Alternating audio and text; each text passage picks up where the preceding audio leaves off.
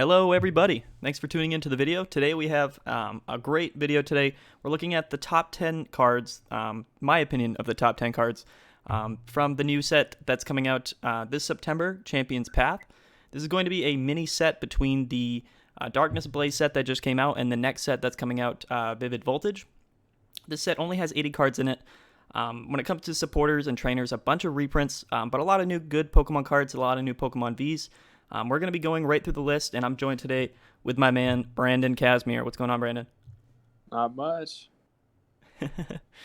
So he's going to be giving his input, too, on the top 10 cards. One thing I want to note that these cards aren't going to be ranked based on their viability in the standard format once they get brought in.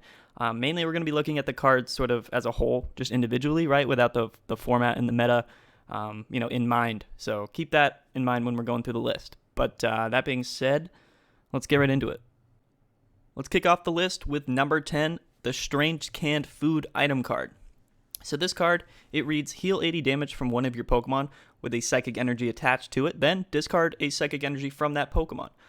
This card is looking to be, sort of a niche add into some archetypes here, mainly the new Gardevoir Vmax deck archetype that's going to be coming out here with also in the same set here, Champion's Path. Healing that 80 damage from discarding one energy can definitely be really useful. And with Gardevoir VMAX's attack there, healing, I think it is also 80 damage, or maybe 50 damage after you attack for 180 can be definitely really good paired up with the Incendiary V that came out in the base set. And also like Malolana, which is coming out in the, it already came out previously, but, all of those cards combined can definitely add up to a lot of healing in this deck archetype. And also, you can run this, with Turbo Patch, you're discarding that Psychic Energy from the Pokemon that you're healing. So being able to sort of 50-50 coin flip in and try to get that energy back onto one of your bench Pokemon, definitely might have some pretty good synergy there. But that's definitely, I think, a solid card. It's going to take the 10 spot for me, but what do you think, Brandon? I think it's a little, 80 damage on top of Gardevoir is, a decent number because Gardevoir can heal itself. But, outside of that archetype, I don't see it being particularly useful because the other psychic deck that really sees any play is Dragapult, and it cannot afford to be dropping an energy for 80. I think it could potentially find some viability, but I don't know. 80 for one energy, it can be a little steep. Definitely. I think it's probably not going to see play for the moment other than in the Gardevoir VMAX deck. In the future, we might see some more sort of healing decks that are psychic-based, but for now, it's definitely sort of meant to go with Gardevoir VMAX, but I think it's going to be a good inclusion. I was sort of torn between this card and the Rotom Phone item card that came out in this set. Those are actually the only two unique, brand new supporter cards or trainer cards to come out in Champion's Path. The rest of them are just reprints, which, I'm not mad about. There's a lot of really great reprints, but those were the only two. What was that? There's some good artwork. Yeah, for sure. And those were the only two brand new trainer cards to come out in this set. But I chose Strange Can just because I think it's going to be sort of more important of an inclusion in this archetype of Gardevoir VMAX. But yeah, so that's going to be it for number 10. Coming in at number 9, we have Alcremie VMAX. It's got 301 HP here on this VMAX Pokemon. It's a Psychic type. Got a retreat cost of 3. So for that first attack, Decorate, you get to, for each of your benched Pokemon, you get to search your deck for a Psychic Energy and attach it to that Pokemon, and then you shuffle your deck. Pretty great first attack there. If you have a full bench, you're able to sort of just put 5 energies from your, from your deck, actually, not even your discard pile, which is just, really good acceleration. You have 310 HP, so you're most likely living any one hit, right, to get that off. And it definitely pairs really well into that second attack. So, Brandon, what do you think of that? What do you think of that first attack there for one colorless? I think it's pretty quick. For a colorless, you can really get some stuff set up. If you have a big board of, Pokemon, you can get 4-5 energy, accelerated straight from the deck, which is really nice. Right, and I mean, if we go into that second attack there, right, for 2 Psychic, you're going to be running Psychic Energies in this deck. Exactly. Right, so that second attack for 2 Psychic, Gmax Finale, does 60 damage times you may also discard any number of energies attached to any of your Pokemon. And this does 60 damage for each energy that you discarded this way. So if you think about it, right, to do that first attack on that first turn, right, just talking about this scenario, that's 1 energy. Then you attach 5. Like, let's just say your bench is full, right? So that brings you up to 6 energies on your board. Your second turn there, you're gonna attach 1 manually. The second one here to Alolan Vmax. Now you're up to 7, right? 7 energies on your board. If you use this attack here, I mean, you're doing 420 damage, which is absurd for a 2 energy attack. And definitely very easy to set up, right, with that first attack. But the thing is, to do that much damage, you're gonna have to be discarding all like 7 or 6 energies from your board, and it's not something that you'll be able to do more than once, right, consistently in your deck. It reminds me of the Charizard VMAX. You're going to one-shot something, most likely. You're setting up for a nice one-shot, and that's about it. Like, if you aren't getting a like a VMAX or something of the sort, you're not going to be really making much use of that. No, yeah. I mean, I agree, and of course, you're going to be running, boss's orders with this. Most likely, you're going to want to switch into that 3 prize Pokemon whenever you can, or whenever you are going to be using this attack. And then also, you might be running turbo patches or something of the such, because once you discard all those energies from your board, you're going to want a way to get them back. I mean, of course, you can run energy retrieval, but that's not ideal, right? So I think turbo patch will have some synergy with this card. That attack is a really great attack, but it just doesn't have consistency after using it once. So that's the only reason that I'm putting Alolan Vmax to number 9. But other than that, I think it's a solid Pokemon. Coming in at the number 8 spot, we have Incineroar V. Amazing art on this card, but just really didn't stand up to a lot of the other V cards in this mini set here. Looking at the first attack, for 2 fire energies and 1 colorless, it does Grand Flame, which is 90 damage, and you get to attach up to 2 fire energies from your discard pile to 1 of your benched Pokemon. Can be useful, definitely not a bad sort of way to start off with this Pokemon, right? Mid-late game, you can kind of throw it in there, pop off for 90 damage, accelerate 2 energies from your discard pile. But overall, for 3 energies, right, it just is a little bit lackluster. What do you think? Yeah, I just think of Victini V for 1 energy. You can be accelerating 3 from your discard to your bench. And it just seems like a much better option. Sure. And then the other option is a 4 color. If you put 4 on a Centiskorch, you're going to be doing more damage. Exactly. I mean, it's just not something that you would probably ever choose to use, right? And if you're running this attack or running this Pokemon and using its attack, you're probably using it a lot of time for the acceleration, right, from your discard pile, and not really the 90 damage. So I think Victini definitely kind of outplays it in that respect. Even though Victini has less HP, I just don't think that's an issue, right? When the difference between like 190 and 220 just isn't. Not at all. Not in today's game. No, exactly. But looking at the second attack, so for 3 fire and a colorless, you do Flare Driver, which is 220 damage, but it does 30 to itself. That 30 to itself doesn't really seem that important, right? I mean, technically you could use this attack turn after turn if you're still alive, but I hate to compare it to things like Zacian doing 230 and sometimes boosted, right, more by ADP. The 220 damage just isn't great for me, at least. Plus, it's 4 energies to do the 220. It's awkward. It's an awkward range. For sure. No, I agree. I mean, you could definitely, put this into a Centiskorch VMAX deck. It could have some synergy with Centiskorch and Heatran, right? Being able to accelerate that energy from your bench or from your discard pile to one of those Pokemon on your bench, just like Victini, but just a little bit less good, I think, in that respect. It's got a retreat cost of 3, which just also isn't great. And weak to water, just like the rest of them. Something you'd run in a welder deck, but just not something that I would choose to run in a welder deck. Yeah, it's absolutely playable, especially mid game. You put it down, welder 2 on, manually attach, and hit like a Zamazenta for 180 because of weakness, and then attach 2. So in theory, it's definitely playable. I just think there are better options. Yeah, me too. I mean, I think it kind of falls a little bit short, right? It's a good idea, but just doesn't bring everything to the table. At number 7, we have Gallerian Ursula V. So a very interesting card, a card that seems like it was made directly to go into this Dragapult VMAX archetype deck. It's got the ability Eating Aura, so as long as this Pokemon is in your active spot, When your opponent attaches an energy from their hand to one of their Pokemon, you put 3 damage counters onto that Pokemon. Um, Definitely a very interesting sort of inclusion onto this Dragapult deck. I know you, Brandon, play a lot of Dragapult. It's one of your favorite decks to play. You played it at the Chill Series #1 and had some success, right, getting top 16. So, what do you think about that ability and like how it's going to be useful in that deck?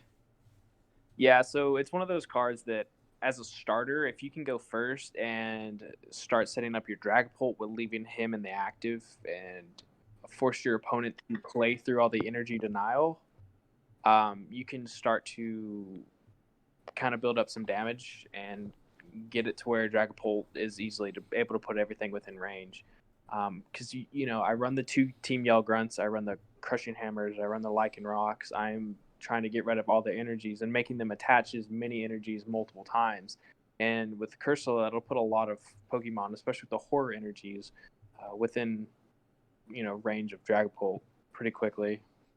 For sure. I mean, I agree with you completely. I think it's going to be a very interesting and sometimes a very useful inclusion into that deck. Looking at the second attack, though, for a Psychic and a colorless Hollow Missile, does 60 damage and put 3 damage counters on your opponent's bench Pokemon in any way that you'd like. Kind of really funny when you look at Dragapult VMAX's attack for 2 energies. Yeah. Just really funny how they made the attack not that great. But It's horrible. again, like sometimes in the game, like, your opponent's Pokemon is just like 3 damage counters away, 3 or less. Yeah. And I guess Cursula can do that for you, on a basic Pokemon. But, yeah, pretty not good attack. You'd run this Pokemon for the ability. Yeah, if it were an 80-40 even, it would be a little bit more, viable. But 60-30 is just not quite worth it. Yeah. But like I said, it's a decent starter. For sure. Yeah, I mean, definitely. I mean, if you were going to put this in your deck, how many would you run? I don't know that I would run any, but I would probably test it out at 1 or 2, because you do want it as a starter, and I'd probably Pokecom. If I had multiples of him, I'd probably discard or Pokecom it. But he would be a good card to see starting out, so I'd probably try 2. Right. I'd use 2 of them. Yeah. All right. Well, I at the number 7 spot, I think that it definitely has viability in a right now a good deck archetype. The only reason that it's at number 7, other than that, it's just a pretty lackluster card. I will say that number 9, number 8, number 7, as well as sort of the next numbers coming up can all be sort of switched around. They're all so close that the numbers don't really matter too much. But in the same vein, right, I think it's going to potentially improve an already good deck. So I think number 7 is a pretty decent spot for it. At number 6, we have Venusaur V. A very funny card here. Right now, the format is looking pretty hostile towards grass types with that fire weakness. We have the new Sanduswitch VMAX deck, and plenty of other fire decks that are just really great right now in the format. So grass types don't seem to be making a huge wave in the format, but Venusaur V is looking like a solid grass type V card here. So it's got 220 HP, which is pretty solid. Retreat cost of 3, you can't really expect a low retreat cost with Pokemon like Venusaur. But, it's not absolutely atrocious, I suppose. But for that first attack, for 2 grass and a colorless Pollen Bomb, you do 80 damage, and your opponent's active Pokemon is now asleep and poisoned.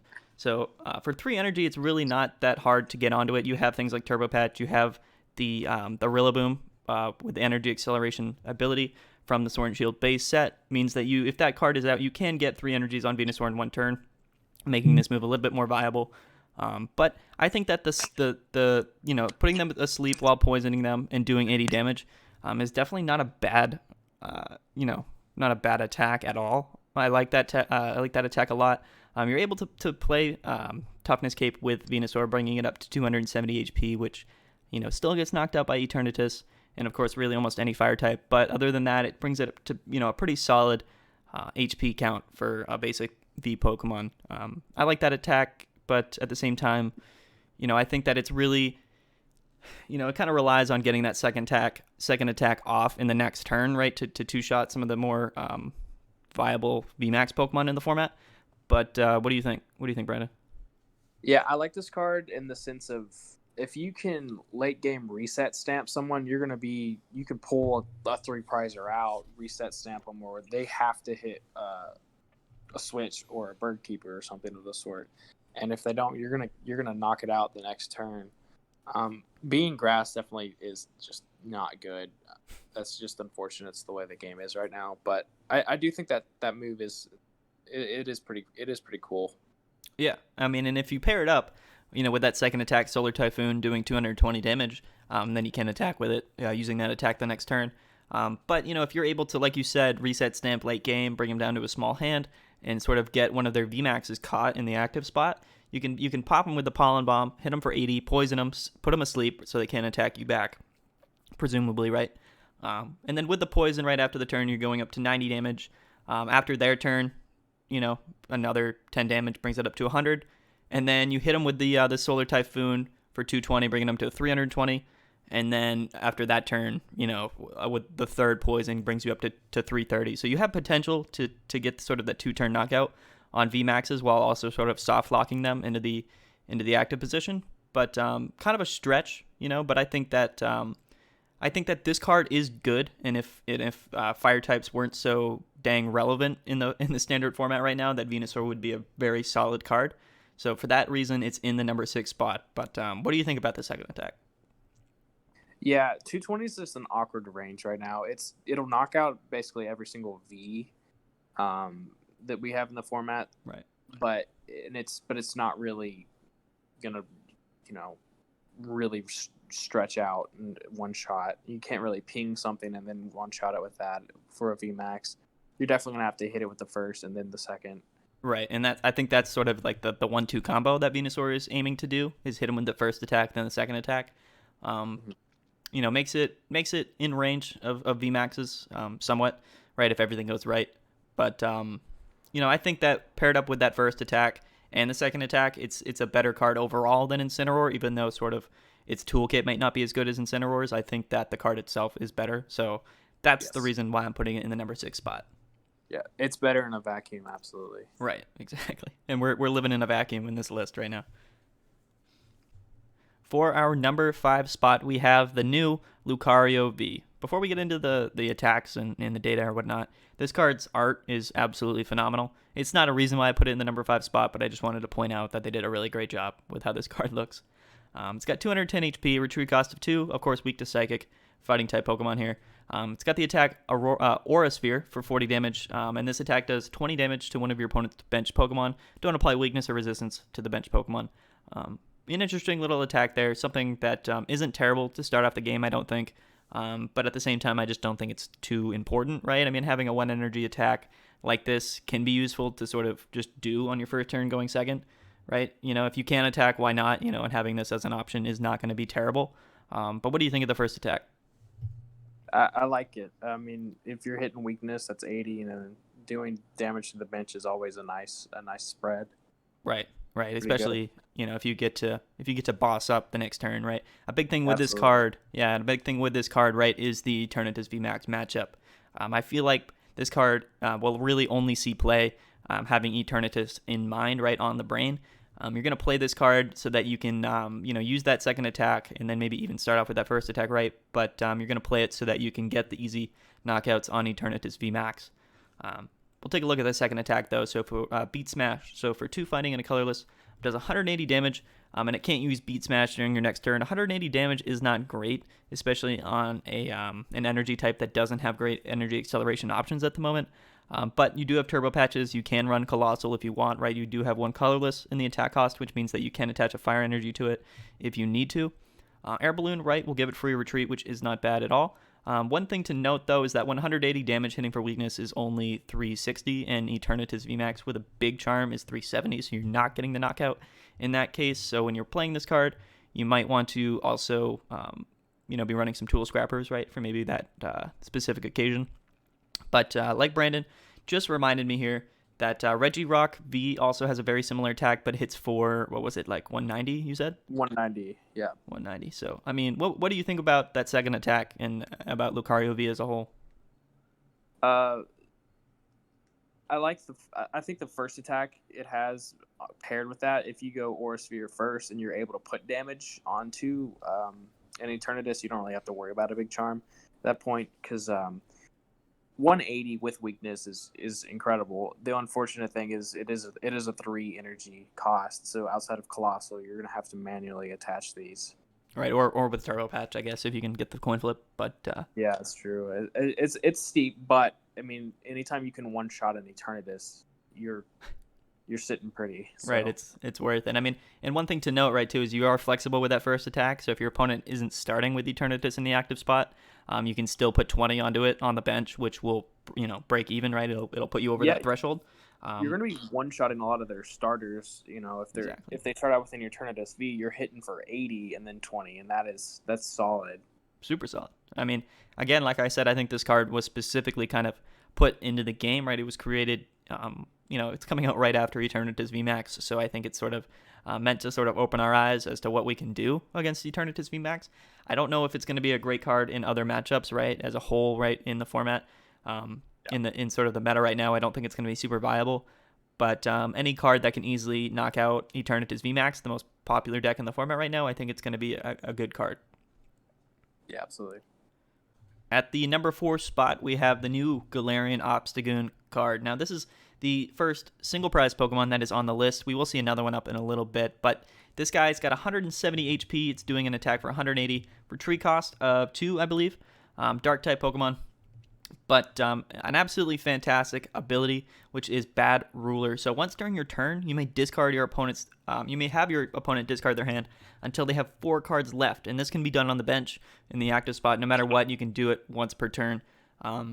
Just an absolutely great disruption sort of ability there. I mean, when you think about that, you're making your opponent discard cards from their hand until they have 4 left. Can be super useful. We know how good like Reset Stamp is, and you're just shuffling them down.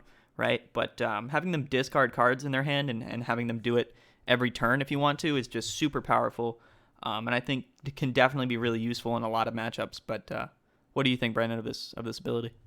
I think it's wonderful. It's something that is gonna make them want a boss, because until they get rid of it, their hand limit is 3. They're gonna start every single turn with their 4 cards and then drawing the 5th. And that can be pretty tough, especially against a lot of late game matchups. Right, and we were talking to like decks like a lot of Zacian decks, just have always a lot of cards in their hand, and also even decks sort of like if you're playing like Blacephalon for any reason and they just have like 10 energies in hand, making them discard that many of them could be like just super killer, Yeah, absolutely. So a fantastic ability, though. But if we look at that attack, its only attack, it's still really good as well. So for 3 colorless energy, Knuckle Impact, you do 180 damage, and then you can attack with this attack during your next turn. 180 damage on a single prize Pokemon for 3 colorless is absolutely fantastic. It means that you can put this in any sort of welder deck if you wanted to. And of course, we have the Galarian Zigzagoon card that everyone's running from the Sword and Shield base set, with the fantastic ability to place damage counters. I think that this is a welcome inclusion to the Goons family. I think that it might not see as much play as sort of just normal Obstagoon now with the Obstruct attack, but I think that this is a great card, and I think that attack will definitely be useful. I mean, what do you think about the attack? Yeah, the first thing I think of when I see it is triple acceleration energy. It's a stage 1. It doesn't have enough health to really last, so you're gonna get him out there and hit something hard. I'm just thinking of the Decigoons deck. They lack the firepower, and if they tech 1 or 2 of these in there, they could potentially, start throwing some offensive firepower in there from just a triple XL. Right, and I mean including the triple XL energy in there, in that deck wouldn't be that big of a inclusion. Like it wouldn't be that hard to include a triple acceleration energy into that deck already. Especially with one of the other cards on this list. Right, and I mean, of course, you can run it in Eternatus, right? It's a dark type Pokemon. The attack might be a little bit hard to get off in that deck. You're not, running too many ways to accelerate energy. But being able to sort of, bring your opponent down to 4 cards while playing Eternatus VMAX isn't typically something that you're going to want to do a lot of times. But at the same time, I think that it could be a useful inclusion in that deck. But yeah, that's going to be it for Galarian Obstagoon. Now getting into the top 3. At the number 3 spot, we have the new Windlord V. An absolutely incredible Pokemon. One of my favorites to come out in a very long time, and definitely one of my favorites from this mini set here. Windlord V, it's got 280 HP on a 2-prize Pokemon V. It's got a retreat cost of 4. Probably not something you're ever going to want to retreat out of. It's got a weakness to electric, which doesn't seem to be a big problem now, post-rotation. The HP is absolutely phenomenal. Absolutely ridiculous when you think about sort of the other Pokemon Vs, right? It's just such a standout card in terms of its HP. It's just so funny to think that we have this card. But getting into that first attack, so water pump up. So for 1 water energy, you get to attach up to 3 water energies from your discard pile to this Pokemon, which sets up perfectly for that second attack, which is for 4 water energy, Ocean Wave. You get to flip 3 coins, and this attack does 120 damage times the number of heads that you flipped. Now, listen, doing 120 damage for 4 energies is not great. Doing 240 damage for 4 energies is good. It's not great. Doing 360 damage for 4 energies is absurd, considering that you have that first attack, you have things like Frostmoth, and you have things like Turbo Patch to get all those energies on. With Glimwood Tangle, flipping the coins can be a whole lot easier. I'm not saying that it's going to be super consistent, flipping 3 heads in a row, but you definitely will have a good chance. And of course, Brandon, you have Toughness Cape to bring this guy up to a monstrosity of a Pokemon with 330 HP. I mean, what do you think of this? I mean, he's basically just a V, especially with the Toughness Cape. It's a Vmax for 2 prizes it's a basic Vmax for 2 prizes. That's just really all it comes down to. And his ability to accelerate himself is really good. I mean, even if you're not hitting for 360 ever, you're hitting for 120 and then 240 the next time. He's gonna take a hit. You're not gonna one-shot him. So right. He'll take something with him for 2 prizes, and he could potentially take a VMAX. For sure. And I mean, not to bust anyone's brains out right now, but I guess if you wanted to sort of think of some math, right? So flipping a heads, right, in a coin is 50-50. Flipping 2 heads in a row is 1/2 of that percent, so it's 25% to flip 2 heads in a row. Flipping 3 heads in a row is 12.5%. But with Glimwood Tingle, you get to just sort of do that all over again, which means that whatever the percent is gets multiplied. So flipping 3 heads with Glimwood Tingle is still going to be somewhere around 1/4 to 1/3 of the time, but it's still decent odds, right, to hit for 360, and to consider that with Glimwood Tangle you have pretty much a 50-50 shot, or at least a little bit above a 50-50 shot to do 240 damage. So Glimwood Tangle, you're going to make some people rage with this deck, and I think that, like we were talking earlier, you're going to run it with Frostmoth, just like, you run Inteleon VMAX with Frostmoth, but, teching this card into a Frostmoth deck, can really sort of give you a chance at the end of the game. If you're down and you only have 2 or 3 prizes left, you just need a way to one-shot one of those Pokemon, Brandon. Putting in your Wailord and just flipping coins for the win can definitely make your opponent rage sometimes. I mean, you don't need a whole lot to make it work. You just put 1 energy on him, put him in the active, accelerate him to 4, because he can do that for 1 energy. And then if your opponent doesn't knock him out, all likelihood, you're going to be doing about 240 damage. Right. And I mean, if you would consider, like, if you were to have all the 4 energies onto it, like if you did it with Frostmoth or Turbo Patch or whatever, and then you bring him up to the active, so he's completely clean of HP, which means you have 2 chances. You have 2 times to attack to potentially get the 360. Or even if you're doing 240 and a 120, then that adds up to 360, right? So, getting the one shot on a VMAX is not sort of out of reach at all for this 2-prize Pokemon. And I love the card so much. I love the art. I love Wailord, and I think that they did this card justice. Yeah, absolutely. Him being able to accelerate his own energy is pretty awesome, though. That's my favorite part about him. It is. I mean, it's from your discard pile, but you have so many things to discard. You have Quick Ball. Yeah. You got Professor's Research. You got so many ways to discard cards from your hand while also, doing good things, right? So a great card overall. I think it's going to see play. It might not be a top deck in the format, right, just in terms of its consistency, but when you play Wailord, you're gonna be scared, right? You're gonna be like, oh man, like, am I gonna get clowned on by Wailord right now? It's gonna happen at least once. So It's going to be our No, number 3 spot. I'll make a deck with it. Oh, for sure. I will too.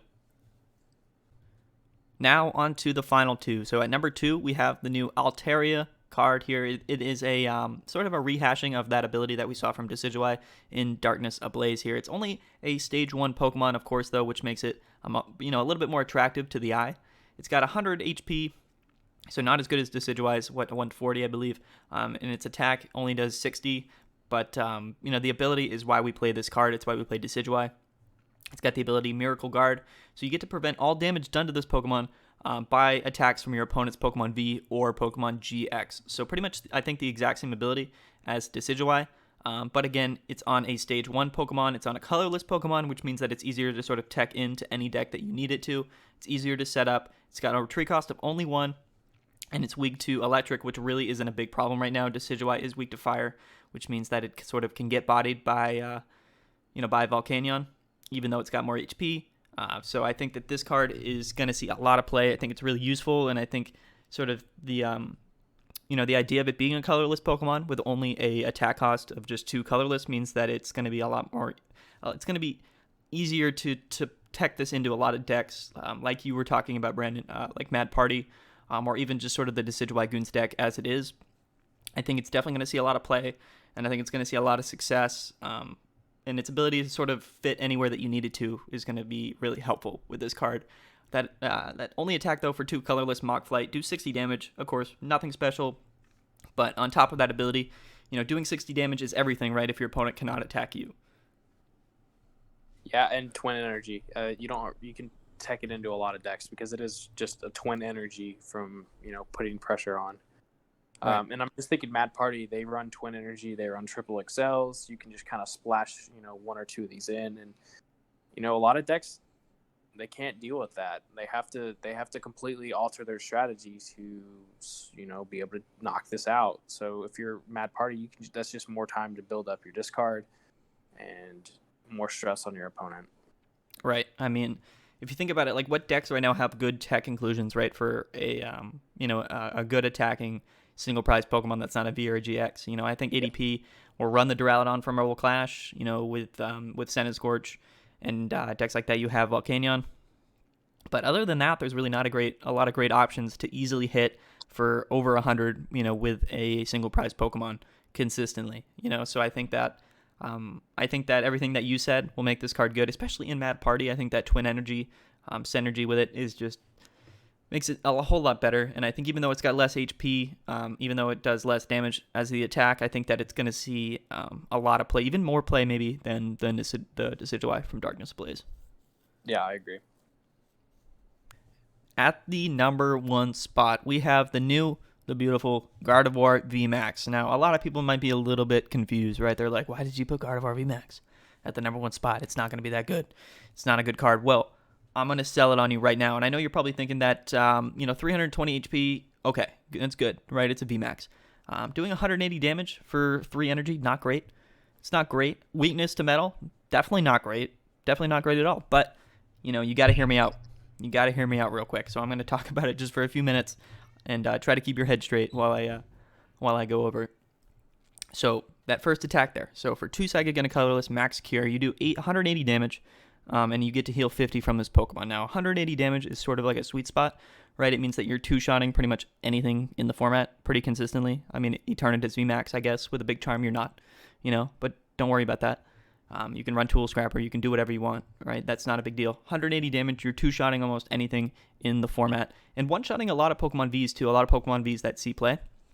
But healing 50 damage, which is pretty solid, especially because you have 320 HP. Now, listen here. The new Mysterious Can. It was number 10 on our list. You get to discard a Psychic Energy from your Pokemon and heal 80 damage from it. 50 plus 80, 130. You also have Indeedee V, which you will be running on your bench, most definitely in this deck, which heals, Brandon, I think it's 30 damage per turn? I thought it was 20. 20, that's fine. 20 damage. That brings you to, 150 HP, right? Just from attacking Strange Can and Indeedee. Definitely not difficult to do. But You also have things like Mallow, and you also have things like Hyper Potion, Super Potion, whatever it may be. Mallow, you can just switch your Pokemon and heal 120 damage from it, meaning that this Pokemon has 320 HP, but in one turn, pretty easily, I'll tell you, you're able to heal 270 while doing 180 damage, which means that if you're able to do that, pretty consistently in a deck, and you're able to do it multiple times in a row, which isn't a long shot. This means that Gardevoir VMAX will be able to two-shot anything in the format, and potentially live 3, 4, or even 5 turns, which is just absolutely ridiculous. Yeah, I'm just thinking of decks like Mad Party, and this is an auto loss for them. Gardevoir is going to be healing faster than they can damage it. It's going to be one-shotting them. Right. I mean, I think almost anything that's not like ADP-zation or anything like that, anything that's not hitting weakness on Gardevoir VMAX is just if things go right for your opponent playing Gardevoir VMAX, you just won't have a great shot. You know what I mean? If they're able to get the cards that they need, which even if you don't get the Mallow, or even if you don't get the Strange Can, you're still healing around 200 damage, right? In one turn, you have 320. It makes it so that you're never going to get two-shotted. At least it's very unlikely. And you're two-shotting anything in the format. If you do the math, you have boss's orders, you have the things you need to win the prize race with this deck, as long as, you're not getting one-shotted by things like Zacian. But again, keep in mind that we do still have Weakness Guard energy, and this Pokemon's attack cost has one colorless in it. And you can put 4, Weakness Guard energies in this deck. And I know Zamazenta is still going to wall this Pokemon. I know it's still going to be able to discard the Weakness Guard energy, but just keep in mind, right, that, that is a thing, and that, Zacian's aside, this card and this deck archetype is going to just be phenomenal. Yeah, well, and against the Zamazenta, the Gardevoir V can hit for 200 if it's, if it was healed that turn, so... right. There will be some options. Like, it's one of the better V Pokemon. True. And at the same time, too, that doesn't mean you're not going to be running other psychic Pokemon, right? That, that are still going to be able to do the job. I think that this card is a phenomenal card, and I know that it might not have a huge impact in the meta, having the weakness that it does, but I think that, like Brandon, you were saying, on the ladder, running this deck is going to just be super annoying, just like the Wailord V, but maybe even a little bit better. It's got a great toolkit, everything in place that it needs, and I can see this deck really making some big waves. And if it goes through a bracket, right, if you're running this in tournament and it sort of seeds well in bracket, you get a little bit lucky, maybe ADP falls off a little bit, then you have a brand new, very, very sort of important and hard to deal with deck. Yeah, it's like the same theory of why I still run the Energy Now Dragapult. You play the deck, not the matchup sometimes in these big tournaments. And right. If your deck is really good and you're not facing that one bad matchup, then you're sitting pretty, and that is just the one deck. I mean, there's the Luke Metal, but that is true. There is a Luke Metal, but it's just that one typing disadvantage. Right. When we make these lists, we're not sort of comparing how well they're going to be inserted into the meta, right? We're looking at the cards. We're looking at in a vacuum. Right, exactly. We're looking at how good the card is, and Gardevoir VMAX is a phenomenal card. Even though things like Altaria might see a little bit more success, right, in bracket and in tournament format, and then maybe even things like Lucario, right, that are hitting weakness on a really popular deck. Those cards might do better in a tournament format because so many people are running, the popular decks that these cards hit, for super effective against. But I think when it comes down to brass tacks, and it comes down to the card itself, I think Gardevoir VMAX is a phenomenal card. Yeah, I mean, Weakness Guard energy is going to be fun to mess with too. It is. It's going to be super fun. You know what I mean? And it's not that hard of a stretch to say that you'll find it. If you're running 4 in your deck, that's definitely not hard to do. And you'll probably run things like, you'll probably run multiple Indeedis. You'll run 4 Strange Cans. You might even run 4 Mallow and Lanas. You'll make it as consistent as possible as you can to get the healing off every turn. And you really only need to do it, 4 times throughout the game. They don't have to be all in a row. So if you're able to just do it once or twice in a row, that means that you're going to be able to hit another VMAX Pokemon 3-4 times, which can be the difference in winning the game and winning the the prize matchup. Yeah, absolutely. But guys, that is our top 10 cards. You know, I know some of you might not completely agree with the things that we've said today with the cards that we've listed. Again, I want to reiterate, though, that the placements of the cards on this list are not concrete. You know, the number 4 spot is not necessarily better than the top, the number 5 spot in the list. You know, it's sort of all subjective. And I think that, honestly, 10 through 4 can sort of be swapped around however you sort of see fit, or at least maybe 9 through 4, right? So I think the top 3 are pretty solid. Those 3 could probably be swapped around too if you were, to decide to do that. But this was sort of my opinion, of course. Brandon did give me a lot of input, and I want to thank him a lot for joining the video. We do have a list of sort of notable mentions, honorable mentions of cards that weren't on the list, but cards that are still going to be pretty good. So, Brandon, let's go and check out the cards that didn't make the list. All right. Now on to the notable mentions, the honorable mentions. So first up here, we got Rotom Phone. So I haven't shown what these cards do, but I kind of just know what they do in general here. So Rotom Phone, you get to search your deck for the top 5 cards, look at them, and then you get to choose one of them, one of those top 5 cards in your deck, put it on the top of your deck. Now, this card is an item card, so you can run 4 of them in your deck. You can just sort of use them whenever they come in the game. But this card is really only going to be useful when you're running, or like when you have Oren Guru on your bench, right? So you're able to put that card from the top of your deck into your hand. So kind of has a similar effect to Jirachi, except it can be any card that you find in the top 5 cards of your deck. But the thing is that you need the Oren Guru to be on your bench to really make this card super viable. And then I guess it's still maybe good if you don't have Oren Guru, like maybe next turn you need that boss's orders and you find it in the top 5 cards, you bring it to the top of your deck. Like, sure, it will be useful, but at the same time, I just don't see it being a really important inclusion in any decks in the format right now. Yeah, I mean, Oren Guru is really the utility that I think of it, and that's, even then, it's not necessarily, if you have a tight deck list, there's no way I would put it in. No, like, it's just no room, especially if you want to run like 4 of them, you know what I mean? It just isn't, yeah. I don't know, doesn't do it for me. Next up, too, we have the new Duraladon V. So a card that I like the art a lot, and Duraladon is a Pokemon that I like a lot, but this card just doesn't really do it for me. It's got the ability Hard Coat, so it takes a little less damage from attacks. We've seen that so many times before on things like things like the Dreadnought that are coming out in this set. It's got 220 HP, retreat cost of 3. It's weak to fire, so again, kind of sucks. That's not great. The attack, though, Gatling Slug. Interesting attack name anyway. For 3 colorless, does 10 damage plus 40 more for each metal energy attached to this Pokemon. So that 3 colorless in the attack cost is just super irrelevant when you read the description for the attack. Pretty much you need to fill this guy up with metal energies for that attack to really be useful at all.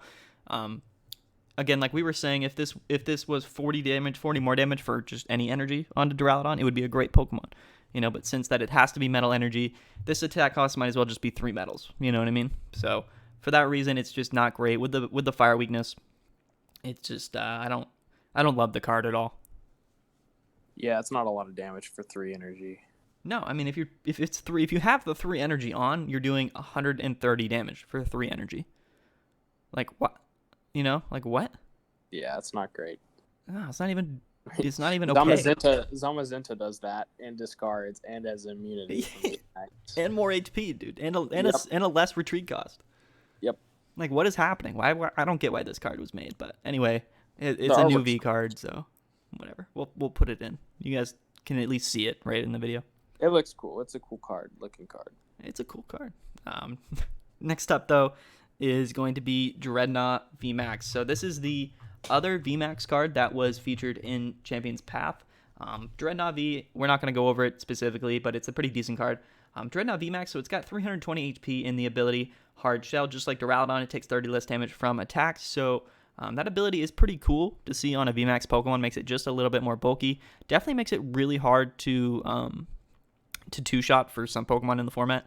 Again, the more common and popular decks in the format are going to two-shot it no problem, so not really an important ability there, but cool nonetheless. And its attack there, so for Power Bite, for 3 water and a colorless, Gmax Stone Surge for 2 water and a colorless, 160 damage, Flip a coin. If it's heads, then you do 240. Now, listen, 160 damage for 3 energy, not good. On a VMAX, not good. It's got a retreat cost of 4, not good.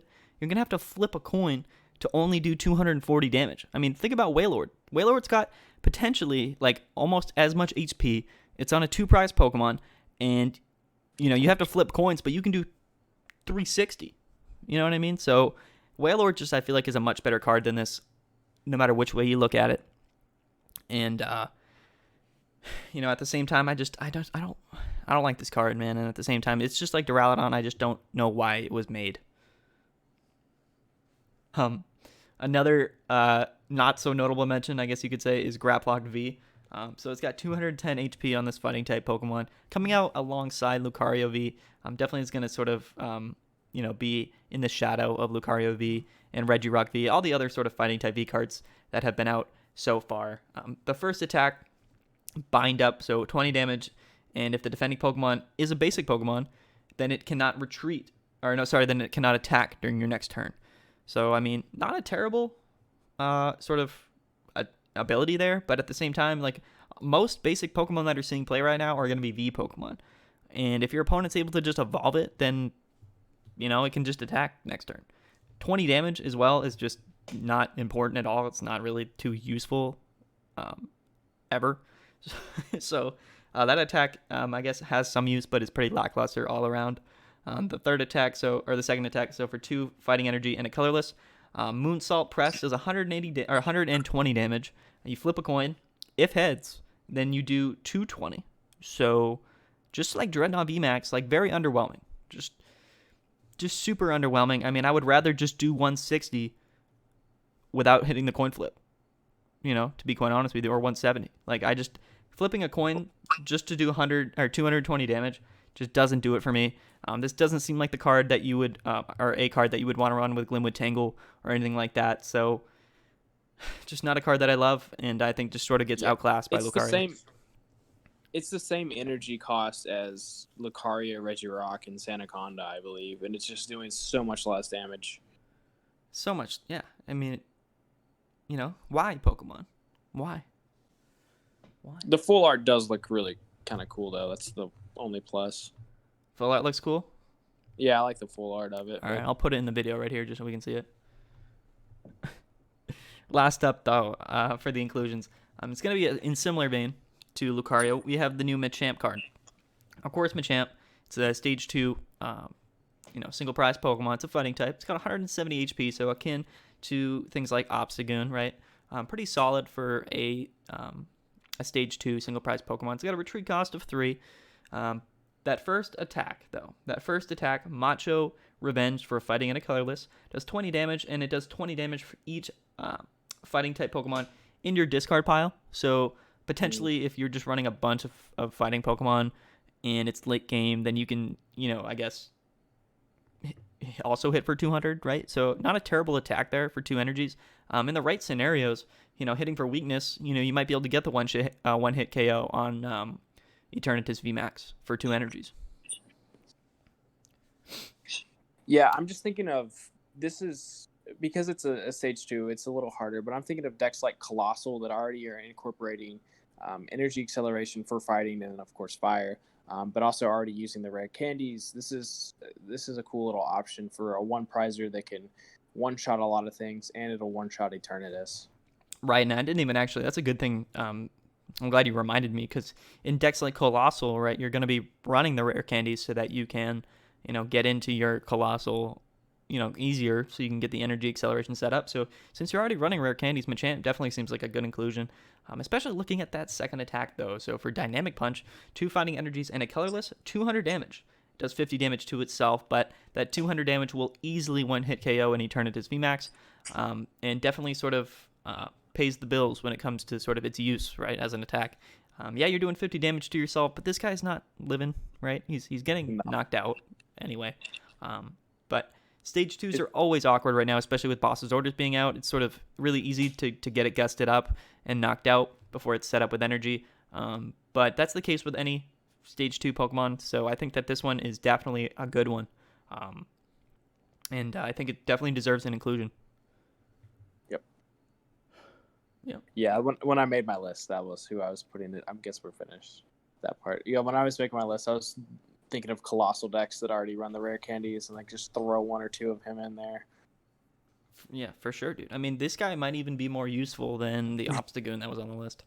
Yeah, he was totally, in my opinion, he's totally a top 10 card. I know Obstagoon's definitely useful. I think Obstagoon will be useful too. I think Obstagoon's deserving of 4. I think I had Machamp at 5. Right. I mean, but again, like in a vacuum, Yeah. this card just isn't. Like if Eternatus didn't exist, this card wouldn't be played. So, I don't know. Yeah, it would be potentially used a little bit in a colossal deck as a little tech. Because Right. 200 for a 1 prizer that's hard. That's a hard hit. But For sure. All right. Let me just do a little wrap up and then we'll be done. Yep. Make sure I'm still recording. Yeah, we go. Imagine if we weren't. No, we're good. Hour and 13 minutes strong. All right. Well, guys, thanks for watching. That's going to be our top 10 cards from the new Champions Path set coming out late September. Mini set here. I hope you guys enjoyed the video. I want to give a big shout out to Brandon Kazmir here. Thank you for tuning in, man. I really appreciated you joining the video, giving your input, and sort of helping me make the video. So, yeah, thanks, man. Yeah, absolutely. Thanks for having me. No problem. Don't forget to like, subscribe, check out the Discord, check out the Twitter, check out the Twitch. We're going to be streaming the Chill Series #2 this coming week on Wednesday. We're streaming tournaments every week. Last time in the Chill Series 1, last week, we had 54 entrants in a prize pool of over 150 Darkness Ablaze packs. It was a really great turnout. Kazmir here plays top 16 with Dragapult, had a really good run. And, I would like to see as many people in the tournament as possible. So go check that out. We are going to be streaming it on twitch.tv/chilltcg. So hope to see you guys there. Thanks for tuning into the video, and we'll see you guys next time.